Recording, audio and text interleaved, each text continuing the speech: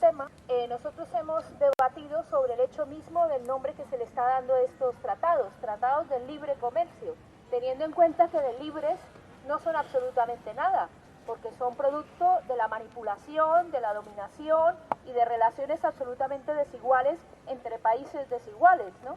Y entonces decir también que por lo pronto, pues tampoco como asamblea, pues hemos llegado a ningún consenso en el sentido de, digamos, condenar la palabra libre comercio en sí, porque en algunos casos, por ejemplo, y podemos remontarnos a tiempos de lo que fue el mercado andino, intentos que se hicieron entre países más o menos iguales para fomentar el intercambio de productos pues autóctonos, como por ejemplo era la patata, en el caso de Perú, Colombia, Ecuador, y otros países del cono andino, donde se intentó realmente hacer un intercambio más o menos, entre iguales, ¿no? Para eso, y que fue absolutamente boicoteado justamente por Estados Unidos. Igualmente, Mercosur es otro intento para que países que pueden tener relaciones por lo menos no tan desiguales como las que tienen el TLC, pues también está haciendo intentos por hacer intercambios que pudieran favorecer a determinados países. Ahora, lo que sí está claro es que, por ejemplo, en agosto, que me tocó a mí vivirlo en Colombia, hubo unos levantamientos verdaderamente tremendos de campesinos protestando por el Tratado de Libre Comercio con Estados Unidos, que les significaba, por ejemplo, tener que sepultar o eliminar sus semillas, los campesinos, puesto que estas semillas, las suyas, las que ellos reservaban después de una cosecha y reservaban sus mejores semillas y tradicionalmente las almacenaban en sitios para poder luego sembrarlas, pues están obligados a eliminarlas, ya que en función de los acuerdos del Tratado de Libre Comercio, pues esas solamente podían sembrar semillas certificadas, y obviamente la capacidad de certificación está muy mediatizada, está muy condicionada, y a ese tipo de certificación solamente pueden acceder grandes compañías como Monsanto y otras grandes transnacionales, con muchas limitaciones, sobre todo teniendo en cuenta que estamos hablando de poblaciones campesinas y en muchos casos incluso analfabetas.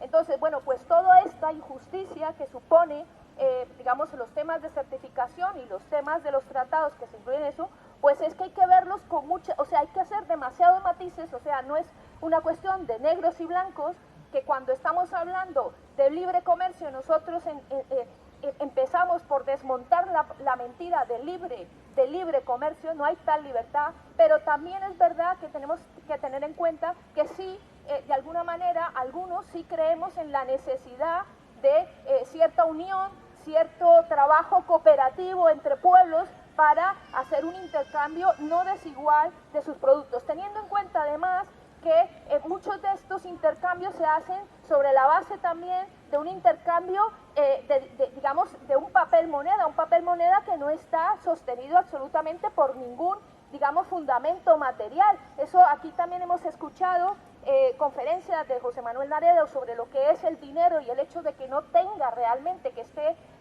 que sea producto, el dinero en sí sea producto de una especulación, que no tenga una solidez ni un respaldo absolutamente material en productos, en alimentos, en riqueza de ninguna clase, en riqueza real, sino que el dinero es una ficción y está absolutamente condicionado y mediatizado por esas grandes corporaciones financieras. Y entonces también en ese sentido los intercambios que hacen en cuanto a precios, en cuanto a la definición de lo que valen las cosas, pues también están absolutamente condicionados y manipulados por esas mismas grandes corporaciones financieras que no solamente son, que actúan en todo, que las corporaciones financieras ahora mismo están actuando tanto a nivel de propio intercambio de lo que son productos derivados financieros, sino también están ocupándose y están actuando e interviniendo en todo lo que tiene que ser la producción de alimentos y la producción de cuestiones que son absolutamente necesarias para la vida. El agua, por ejemplo, y otros elementos más. Entonces, solamente decirle esto a los compañeros que han intervenido hoy, que desde luego pues, podemos coincidir absolutamente en eso, en todo lo que han dicho, y solamente que ese tratamiento de la palabra libre, o sea, que creemos que es un falso debate plantearlo exclusivamente entre libre comercio y proteccionismo. Yo creo que esa es la trampa en la que también estamos cayendo al tener que atacar en un sentido o en otro, cuando hay, digamos, es mucho más complejo el debate en sí.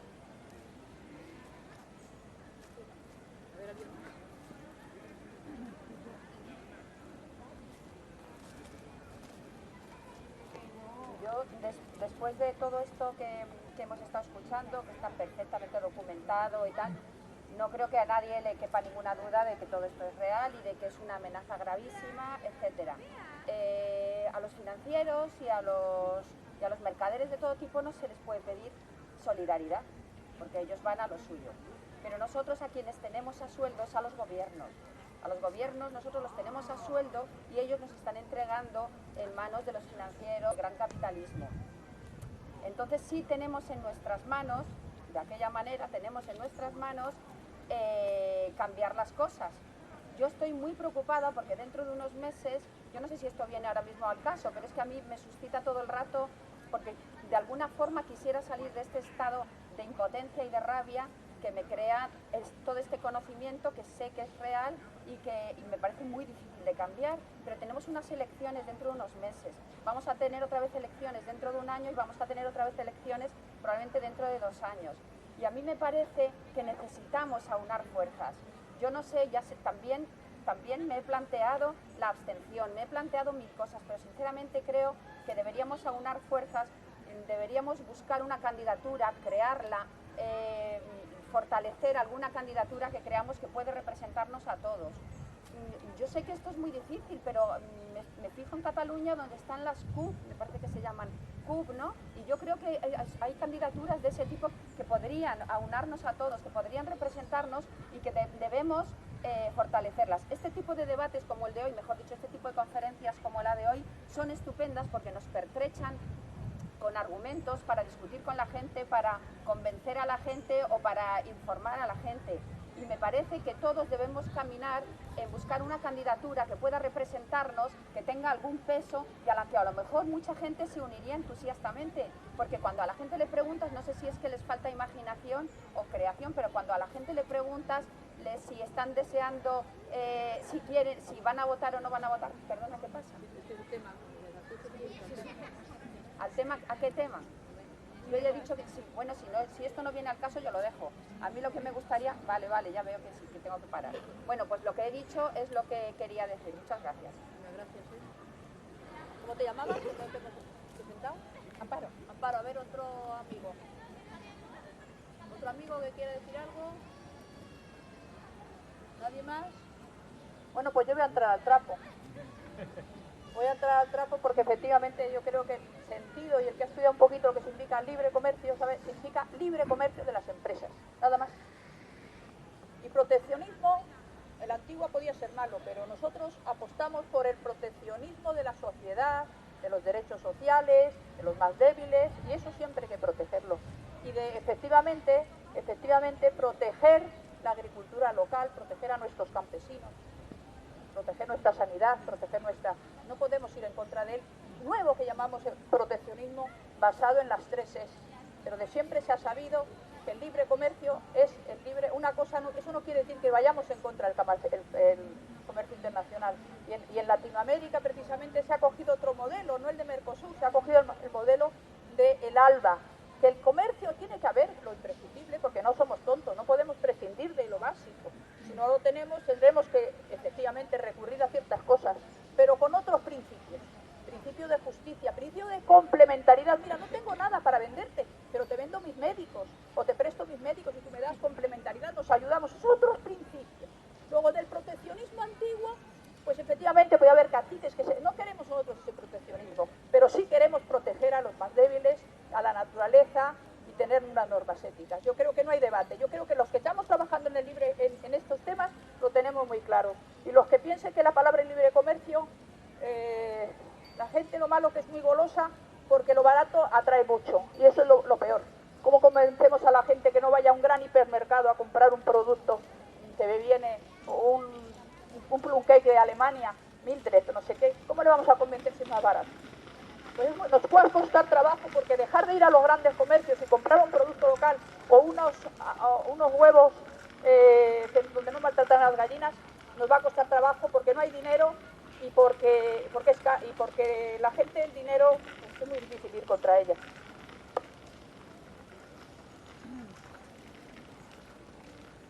Bueno, el asunto del libre comercio simplemente ponemos el libre entre comillas, por lo menos yo lo intento hacer desde hace muchos años en los textos que escribimos sobre eso.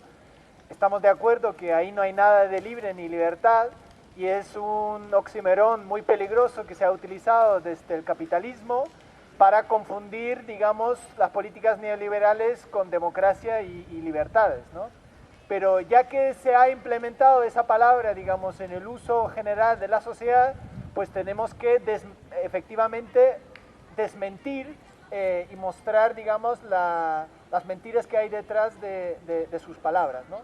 Pero yo creo que el debate es mucho más profundo en lo político, ¿no? Porque justamente las fuerzas socialdemócratas, incluso las fuerzas sindicales, a lo largo de los últimos años siempre han defendido las políticas del libre comercio y de libre circulación de capitales porque generaba empleo. Y yo creo que eso es la gran mentira que tenemos que demostrar, que no ha sido así, sino las políticas de libre comercio siempre generaban competencia y eso significaba trasladar a la fuerza de trabajo la mayor carga de estas políticas neoliberales. Se disminuía, digamos, el porcentaje, lo que venía de los beneficios a los trabajadores y aumentaba significativamente la parte que venía de los beneficios al capital. Eso en los estudios que ha hecho, por ejemplo, el colectivo IOE sobre el barómetro social de España, lo podéis ver perfectamente en las gráficas, como por ejemplo en los ciclos de crecimiento económico del Estado español, sí ha aumentado un poco, digamos, el salario, pero en comparación con el más de 400% que aumentaron las rentas y los beneficios y los fondos de inversiones y sobre todo de todas las bolsas, pues se ve claramente la disparidad entre el reparto de la riqueza en muy pocas manos y también la cantidad, digamos, decreciente de la parte que viene de los beneficios hacia las trabajadoras y los trabajadores. Y claramente en los últimos años ya de la crisis el salario ha bajado y en algunos sectores el capital y la parte, digamos, de renta de capitales sigue incrementando. Y también muy interesante recordar que aquí hay más de la mitad de la población activa que, digamos, tiene unos ingresos por debajo de los salarios medios. Y tenemos una población pues muy minoritaria que tiene unos ingresos superiores a los 120.000 euros al mes, ¿no? Digamos, ahí hay una injusticia y desigualdad en los ingresos pues tremendas y esas son las consecuencias concretas de las políticas de libre comercio.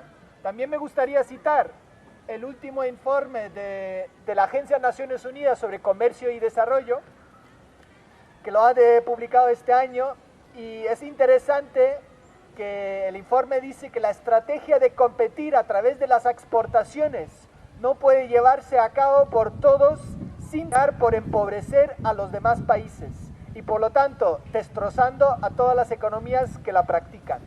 Eso es muy importante porque una de las razones fundamentales por la que hay desempleo estructural y masivo en países como Grecia, Portugal y el Estado español es porque algunos países tienen un superávit y tienen sus economías basadas en la exportación, como es el caso de Finlandia, Alemania y diferentes países Benelux.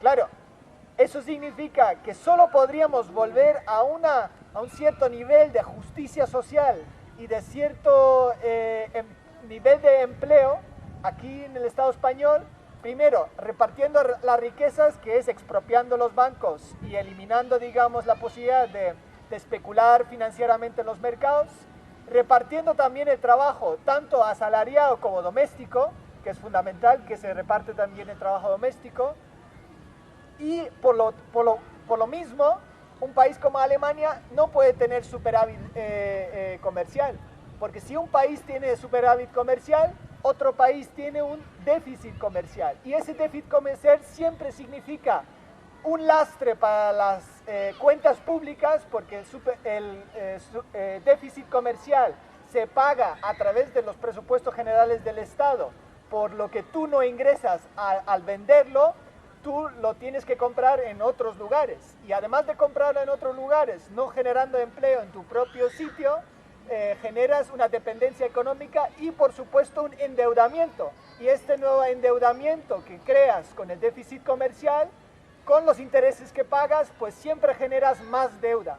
Eso es la relación entre deuda externa y el comercio internacional, que siempre ha existido desde las políticas neoliberales, y es un ciclo vicioso muy peligroso en el que no solo han entrado países del sur de Asia, América Latina o África, sino también dentro del mercado único se han creado estas interdependencias y estas superávits comerciales para algunos y déficits comerciales para otros. Y eso ha generado una gran división. Y lo que nosotros estamos planteando, que un tratado de libre comercio, inversiones entre Estados Unidos y la Unión Europea, simplemente va a profundizar estas divisiones y este empobrecimiento en una parte de la Unión Europea.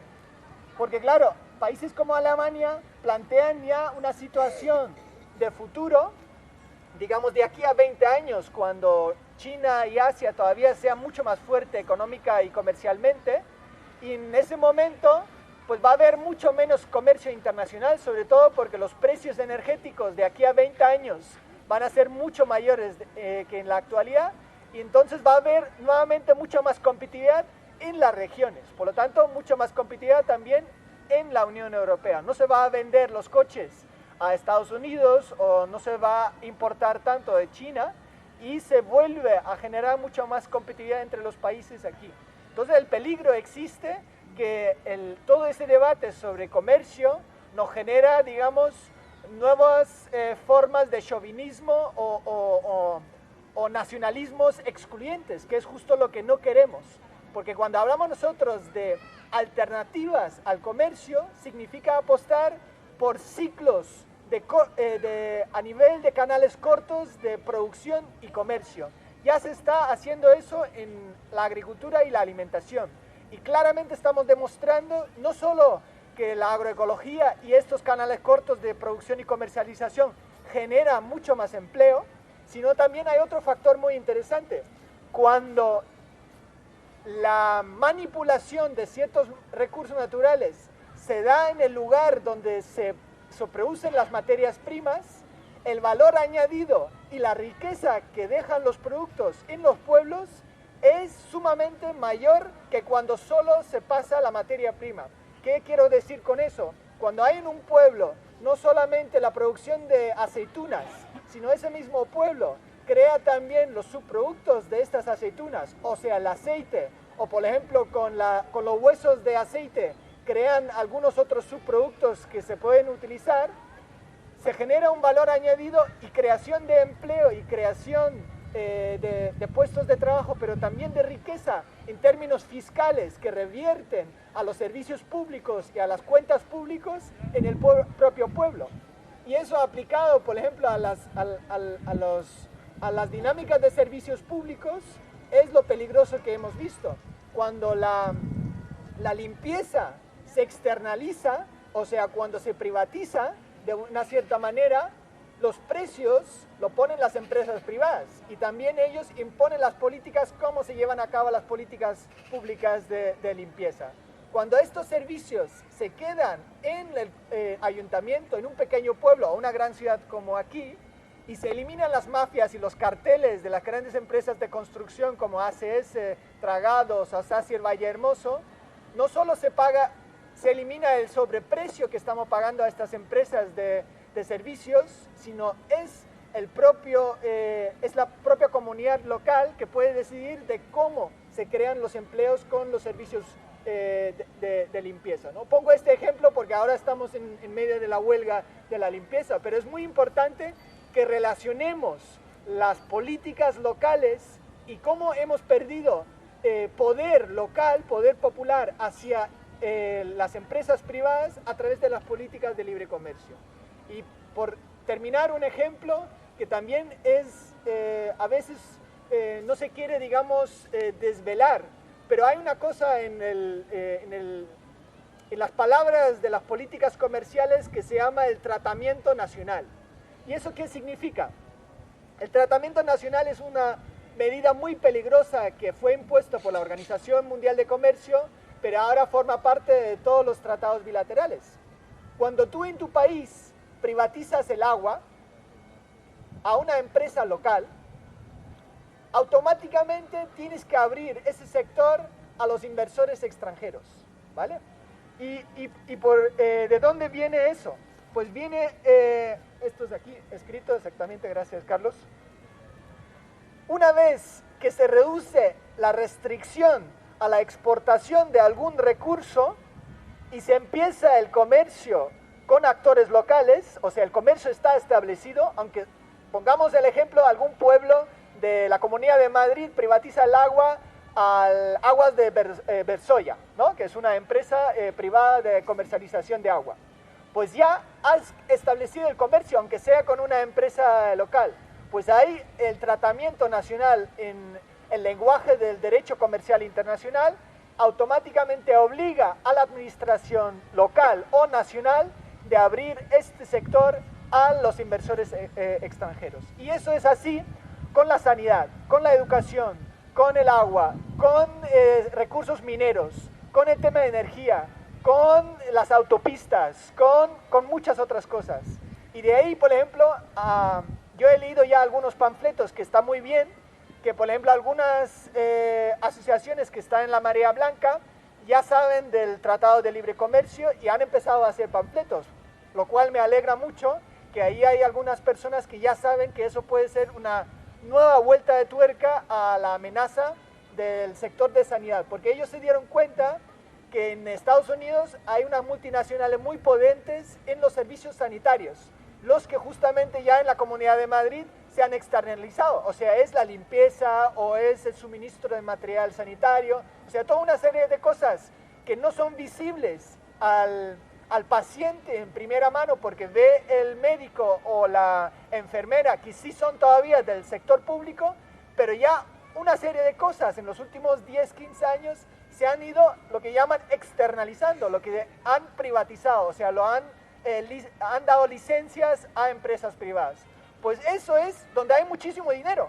Ahí se gana muchísimo dinero y en Estados Unidos hay empresas ya muy solventes porque, como sabéis, en Estados Unidos es el referente per se del servicio sanitario privatizado.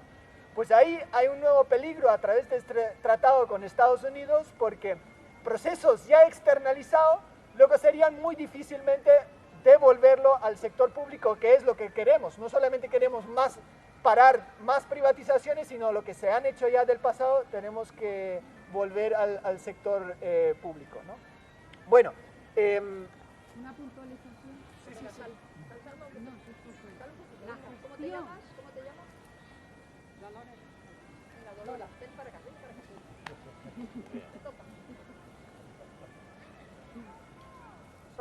Solamente era una puntualización sobre esto de la privatización y tal. Entonces, no solo, bueno, lo de limpieza y tal en los hospitales, ¿no? Y otra serie de cosas, como bien ha apuntado. Entonces, además de esto, otra cosa que me parece importante, la gestión privada en los hospitales.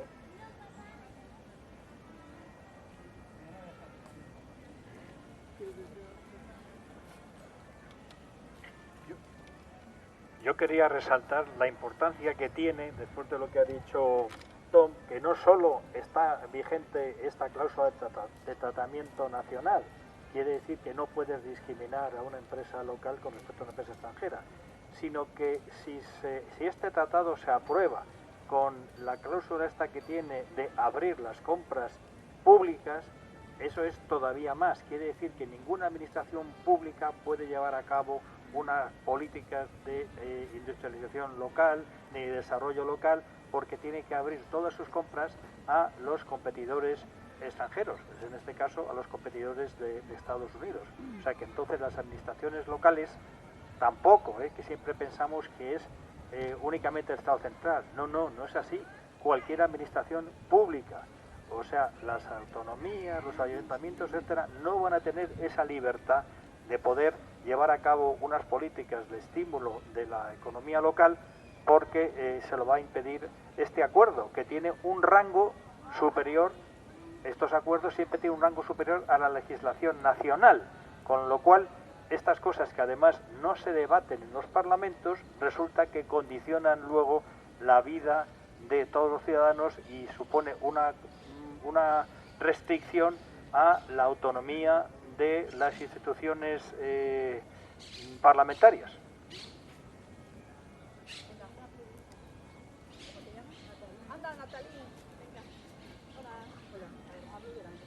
Pues yo tenía una pregunta para vosotros y era, ¿qué opináis del hecho de que ahora mismo en países como Francia, Grecia, Hungría, los partidos que precisamente defienden la soberanía económica nacional y el proteccionismo son partidos de extrema derecha y que ganan votos porque son muy populares, porque son los únicos que defienden realmente los pueblos? Bueno, para empezar, los partidos de extrema derecha siempre lo han sido, son muy oportunistas y entonces explotan las consecuencias que sus mentores, que suelen ser las grandes empresas, las corporaciones financieras, provocan. Entonces ellos van ofreciendo la salvación, pero no es tal salvación, porque claro, si tú frenas la entrada de capital extranjero para promocionar el que se mantenga el predominio del capital local, pues la población no va a ver ninguna mejora. Yo creo que el capital no tiene patria y va donde más le interesa. Entonces, esto de los movimientos de extrema derecha que tienen mucho éxito, pues es porque la gente anda desesperada y con falta de conocimiento sobre la realidad de la situación. Es una muy importante pregunta que haces. De hecho, llevamos ya más de 15 años dejando siempre claro que el rechazo a las políticas comerciales internacionales no tiene nada que ver con estar aliado con la extrema derecha o los partidos populares que oprimen o generan racismo o xenofobia. En nuestro movimiento contra los tratados de libre comercio siempre hemos dejado claro que nuestra apuesta es contra cualquier política de opresión, desigualdad y exclusión, y eso incluye, por supuesto, todo tipo de discriminación sexual y, por lo tanto, apostando por una lucha contra el patriarcado. Y, por el otro lado, siempre hemos apostado por la lucha contra cualquier política discriminatoria, xenófoba o racista.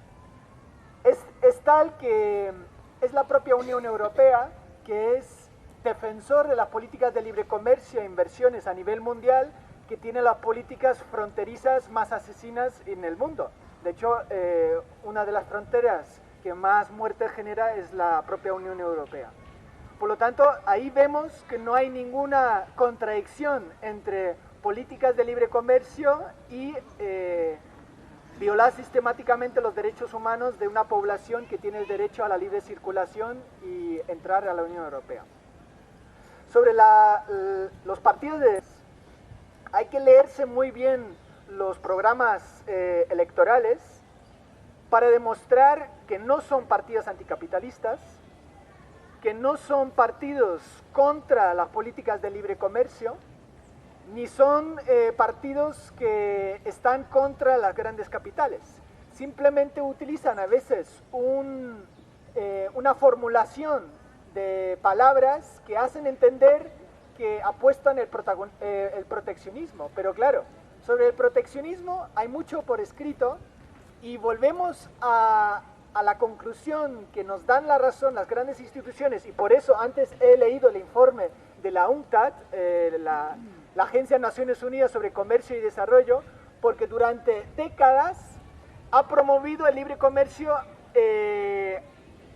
a los países del sur, pero la UNCTAD siempre fue como un contrapeso a la Organización Mundial de Comercio, porque siempre ha defendido ciertas políticas progresistas de gobiernos de izquierda en los países del sur, especialmente en la época de los años 70, cuando existía, digamos, los países no alienados y cuando había conferencias muy importantes con propuestas políticas muy progresistas en aquella época, que fueron apoyados por la UNCTAD.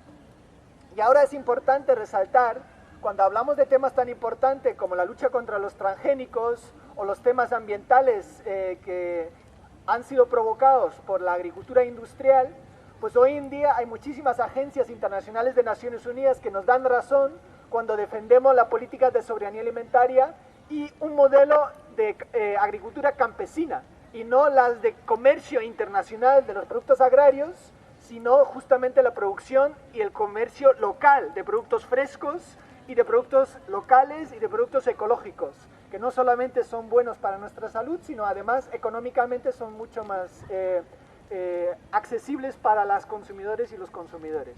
Pues es en ese contexto donde tenemos que desmantelar un poco las mentiras que hay detrás de los partidos de derechas, y concretamente Hungría. En Hungría tienes dos partidos de derecha, el que está en el gobierno ahora mismo y los neonazis de Jobbik, ¿no?, que directamente llaman a la violencia contra la población sinti-roma y contra la población inmigrante. O por ejemplo, en el caso de Grecia, ¿vale? Pero lo que quiero...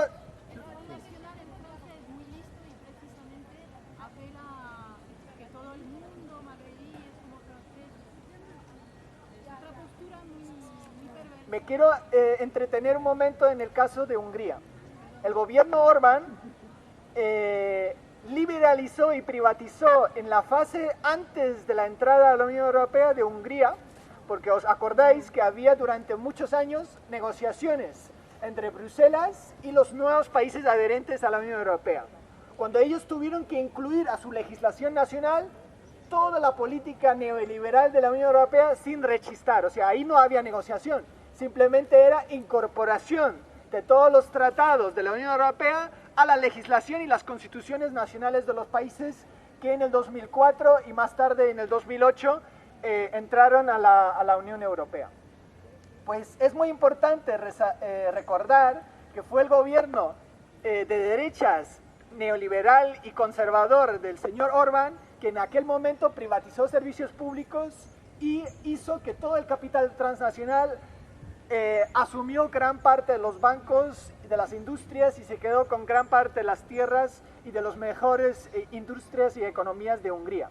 Hoy en día da a entender que hace algunas políticas que van contra el neoliberalismo, que van contra la Comisión Europea, al mismo tiempo que tiene una política enormemente conservadora y de recorte a las libertades fundamentales. Ahora sobre el caso de Francia, el Front National. Es también muy peligroso, ahí hay una alianza, porque sabemos que en Francia tradicionalmente el voto del mundo rural ha sido mucho más importante que el voto en el mundo rural en otros países de la Unión Europea. Y ahí casi todos los gobiernos, tanto socialistas como conservadores, y por supuesto el Front National, saben muy bien conjugar este sentimiento cercano al tema de la agricultura y apostar, digamos, por una protección de la agricultura o protección de la cultura francesa, del cine francés, etc. De hecho, dicho también aquí en un paréntesis, el gobierno francés de Hollande, que supuestamente iba a promover políticas antineoliberales, aceptó el mandato a negociar el Tratado de Libre Comercio porque en la primera ronda de negociaciones se excluyeron la liberalización de los servicios culturales, donde entra, digamos, el tema del cine y la protección del cine por parte del gobierno francés y de la Unión Europea. Pero no queda excluido totalmente. Todavía hay posibilidades de incluir ese tema en las negociaciones en el futuro, ¿no? Por lo tanto, ahí, por un tema, digamos, en términos de empleo y economía, no tan importante como otros. Hollande realmente ha demostrado que no se diferencia en nada de los gobiernos de derecha como el de Rajoy en estos temas de libre comercio. Pero el Front Nacional sí es muy peligroso, y estoy de acuerdo contigo, que saben conjugar estas políticas racistas y xenófobas con puesto de políticas antineoliberales. Y nosotros ahí tenemos un papel muy importante que conjugar, demostrar un rechazo muy frontal contra estos partidos de extrema derecha y xenófobos, al mismo tiempo que tenemos que leer muy bien sus argumentarios y sus programas electorales, porque no es cierto que son anti-neoliberales, ¿no? Saben en algunos mítines expresar algunas cuestiones que suenan muy bien, pero luego en el fondo sus políticas económicas y comerciales son igual de neoliberales y de conservadores como del resto de los partidos. Y ahí es importante que mostramos cuando presentamos nuestras alternativas, que nuestras alternativas incluyen no solo alternativas anticapitalistas, sino también que rechazan cualquier vínculo con movimientos racistas, xenófobas o discriminatorios. Yo creo que ahí está lo importante, pero eso, y ahí quiero terminar, no nos tiene que desviar de una movilización frontal y de una incorporación mucho más urgente de estos temas a nuestras luchas. O sea, por el simple peligro que se nos puede acusar de defender cosas parecidas a la extrema derecha, no por eso nos podemos dar atrás. Yo creo que nuestros documentos, nuestra militancia, nuestras movilizaciones, nuestros documentos y nuestras publicaciones siempre muestran que estamos absolutamente alejados y confrontados con estos movimientos. Pero no nos debe hacer marcha atrás, porque es muy importante que nos pronunciemos y hacemos un trabajo intensivo de educación, de formación y sensibilización de los enormes impactos que tienen estas políticas de comercio en nuestras vidas, ¿no? ¿Quería Fran alguno más? ¿Alguno más quiere? No, bueno, nada más que decir que todo esto demuestra, lo que habéis hablado es que aquí, bueno, se quieren reír de nosotros y se quieren chalanear de España, ¿no? O sea, que sea una provincia del imperio, ¿no? Eso está claro. Luego, la relación entre la ultraderecha y la derecha yo creo que sí la hay. No directamente, pero ocurren muchas cosas curiosas y nos meteríamos en otro tema, porque el otro día se estuvo hablando de fascismo. ¿Por qué existen esas redes? ¿Cómo es que se les deja funcionar? ¿Con qué dinero funcionan? ¿Es que no saben nada los servicios secretos de todo eso? ¿No tienen ni puñetera idea? Claro que lo saben. Claro que lo saben. Claro que lo saben perfectamente, ¿no? Lo que pasa es que prefieren ir la policía ahí a tocarnos las narices a nosotros allá a sol, en vez de ir a por esas sedes y legalizarlas, registrarlas, quitarles las armas, que de repente nos enteramos que tienen armas. Vaya por Dios, ¿no? Entonces, ¿por qué no lo hacen? Pues evidentemente porque a ellos les viene muy bien todo esto. Les viene muy bien esta crisis para decir, fíjate, es que aumenta la ultraderecha, fíjate, cosa que es mentira, bueno, salvo el caso de Le Pen, que tiene muchos votantes y tal y cual, que sí, que hay partidos y tal, pero que todo es, pues, pura, pues eso, hipocresía y en muchos aspectos, ¿no? Y yo creo que la ultraderecha, vamos, que a ellos les viene muy bien y que detrás, muy posiblemente, esté la CIA dejando hacer a esta gente lo que le dé la gana. Por eso están creciendo tanto. ¿Alguno más? ¿Alguno te anima? Pues entonces, a ver. Pues Vale, ¿tú quieres terminar? yo esta última intervención me gustaría aclarar algunas cosas. Si queremos ganar esta lucha contra estas negociaciones entre la Unión Europea y Estados Unidos, el error sería entrar en una actitud antiamericanista, porque hay movimientos sociales en Estados Unidos que luchan igual que nosotros por la justicia social, por la justicia económica y por muchas otras cosas que nosotros aquí también estamos luchando. Entonces yo creo que una lucha conjunta con estos movimientos anticapitalistas en Estados Unidos sería la oportunidad de conocernos, realmente de saber qué movimientos hay en Estados Unidos que luchan igual que nosotros, que hoy están en un parque hablando de ese tratado como nosotros en el parque de Nueva York o en cualquier otro parque. Y los hay, porque tienen unas luchas sociales y laborales muy importantes en Estados Unidos. Hay una lucha de los inmigrantes latinos muy fuerte en Estados Unidos. Entonces están sufriendo igual que nosotros el tema de las hipotecas, el tema de los desahucios. Hay muchos más desahucios en Estados Unidos que en España. Entonces yo creo que lo que tenemos que hacer es una alianza con los movimientos anticapitalistas, los movimientos sociales en Estados Unidos para parar este tratado. Esto primero. Y segundo, el peligro de la extrema derecha y de los ataques fascistas es real. Lo hemos visto en Grecia, que hay muchas muertes de inmigrantes y de activistas de izquierda y del partido Syriza y de otros, y que el peligro de la extrema derecha es real. No es una conspiración del Partido Popular ni de la CIA, no. Que les viene bien a la derecha tener partidos de extrema derecha, sí, pero aquí la extrema derecha es el Partido Popular. Y la extrema derecha en la Unión Europea son los partidos como el Partido Popular, porque ya me diréis cómo se puede llamar si no las medidas de políticas fronterizas que se está implementando en Melilla, en Ceuta, o todas las movilizaciones contra la decisión del Tribunal de Luxemburgo contra la ley Parot. Podríamos nombrar muchísimas otras cosas, donde claramente vemos una reedición de la extrema derecha, una reedición y un fuerte aumento de actitudes enormemente xenófobas y racistas, y contra eso también tenemos que luchar al mismo tiempo que decimos que las políticas comerciales internacionales que se aplican por parte de Estados Unidos y la Unión Europea solo benefician al gran capital. Y por supuesto, las cúpulas y las élites de la socialdemocracia y del Partido Popular están vinculadas a los intereses que defienden un tratado de libre comercio entre Estados Unidos y la Unión Europea. Pero lo curioso es, y que con eso quería terminar, para también dividir un poco los frentes políticos. Recién esta semana he leído un artículo en The Guardian de un eurodiputado de los socialdemócratas de Inglaterra, que hace un manifiesto en contra de estas políticas de inversiones de protección al inversor que están negociando con Estados Unidos.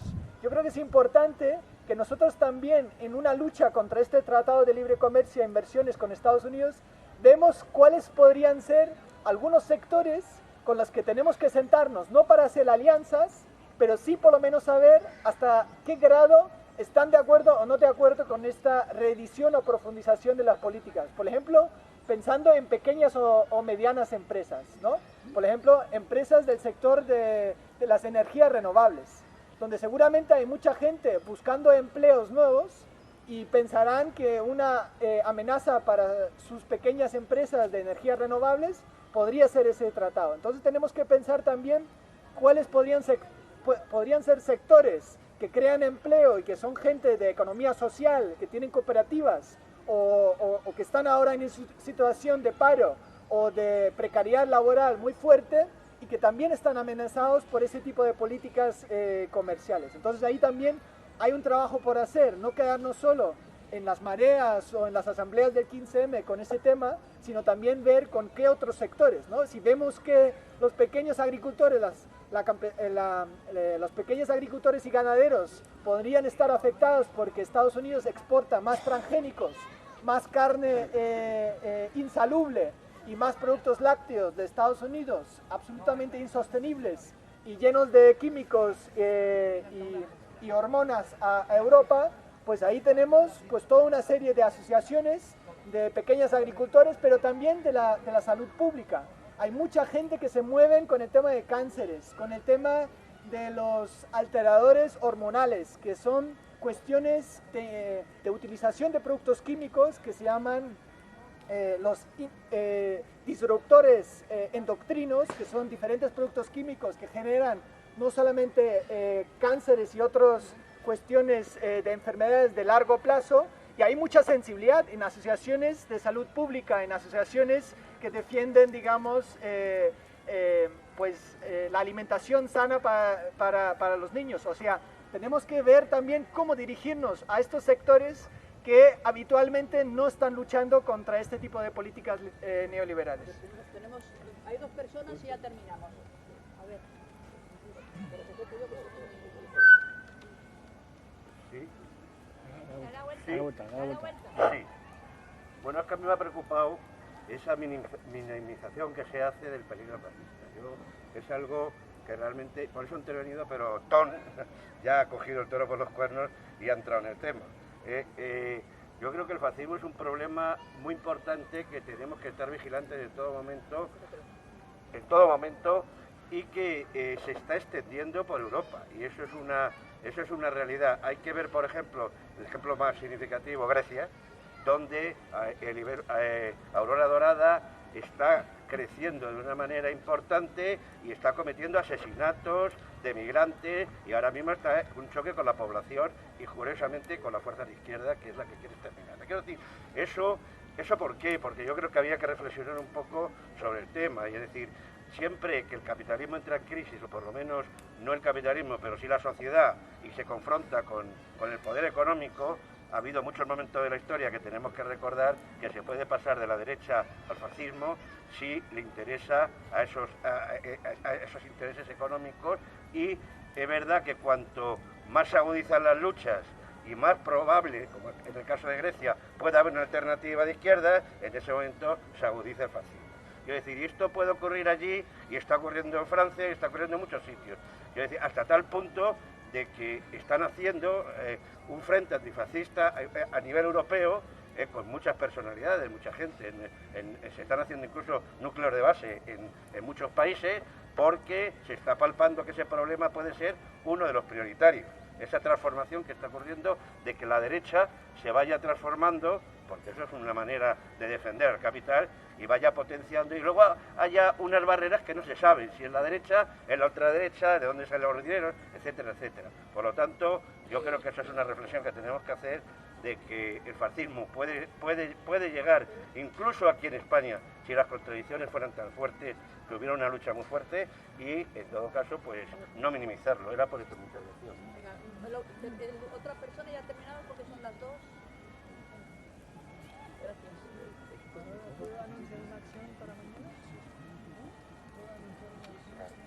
Bueno, dos cosas. Los países no alineados, se dice oxímoron. Vamos a ver, yo por respecto a lo que decías de que no somos antiamericanos, es verdad, tenemos que estar en solidaridad con el pueblo americano, y es una cosa muy muy diferente el pueblo americano que está sufriendo, que sufre la sanidad, que es un negocio, y que sufre el paro estructural, que es un negocio, pero creo que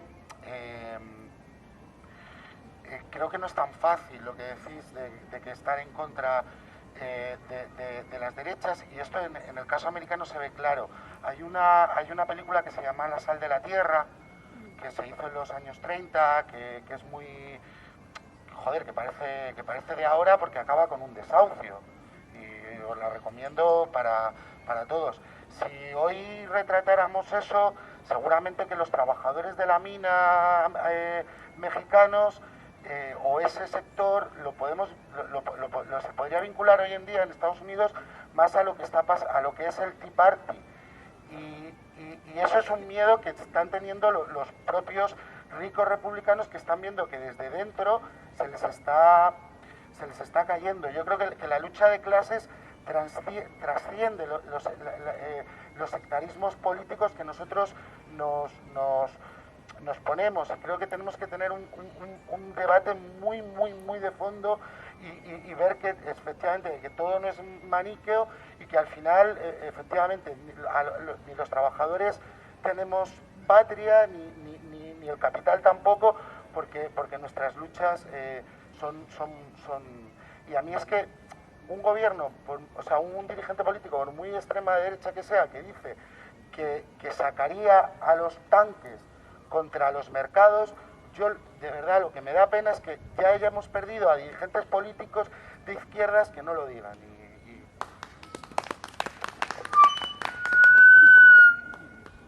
Bueno, vamos a terminar.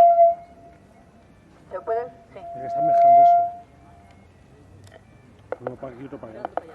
Vale. Ya terminamos, pero vamos a ver. A viva voz, ya está. Hola. Que nada, yo solo quería anunciar que hay unas movilizaciones ya en marcha contra estas negociaciones del Tratado de Libre Comercio entre Estados Unidos y la Unión Europea. Hay una campaña en Alemania, también en Francia ya se ha formado una plataforma. Incluso espontáneamente están surgiendo cosas en las redes sociales. ¿Os acordáis que había una campaña hace 2 años contra una ley que impedía, digamos, el intercambio libre de archivos en Internet, el famoso tratado ACTA, que es un tratado, digamos, contra la falsificación de los datos por Internet, y con una campaña muy fuerte de usuarios de Internet se bloqueó y se consiguió parar este tratado en el Parlamento Europeo.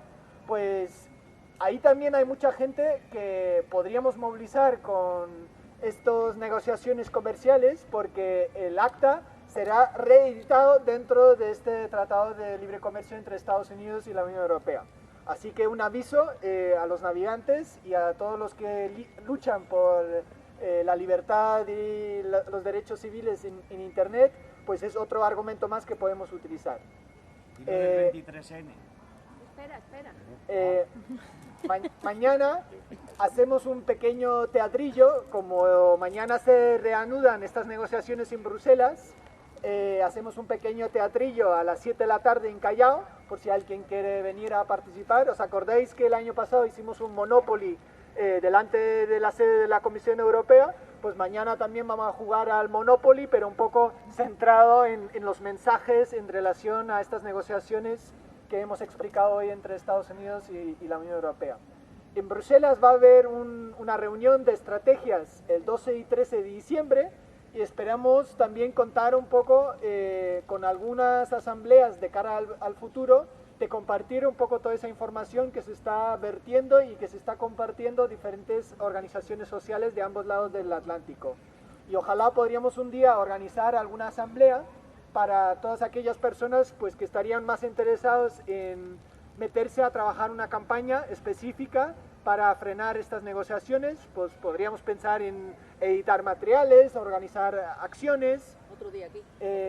O otro día aquí haciendo otra asamblea. Bueno, hay todavía nada por definido, pero sí sería interesante pensar pues en el mes de diciembre hacer alguna asamblea un poco más amplia para invitar a todas aquellas organizaciones que podrían estar interesadas en organizar una campaña específica con ese tema, porque realmente lo requiere y es urgente que ponemos en marcha una campaña muy fuerte con eso, y ojalá que este mensaje pues también llevemos a las asambleas del 15M, a las mareas contra la privatización de servicios públicos, porque podrían ser actores que perfectamente tienen mucho que decir contra estas negociaciones. Y por último, deciros que bueno, ya hay materiales que estamos traduciendo, entonces si hay alguna persona que quiere profundizar en este tema, pues puede venir ahora, intercambiamos correos, porque ya hemos hecho algunos videos o entrevistas o algunos materiales que pueden ser utilizados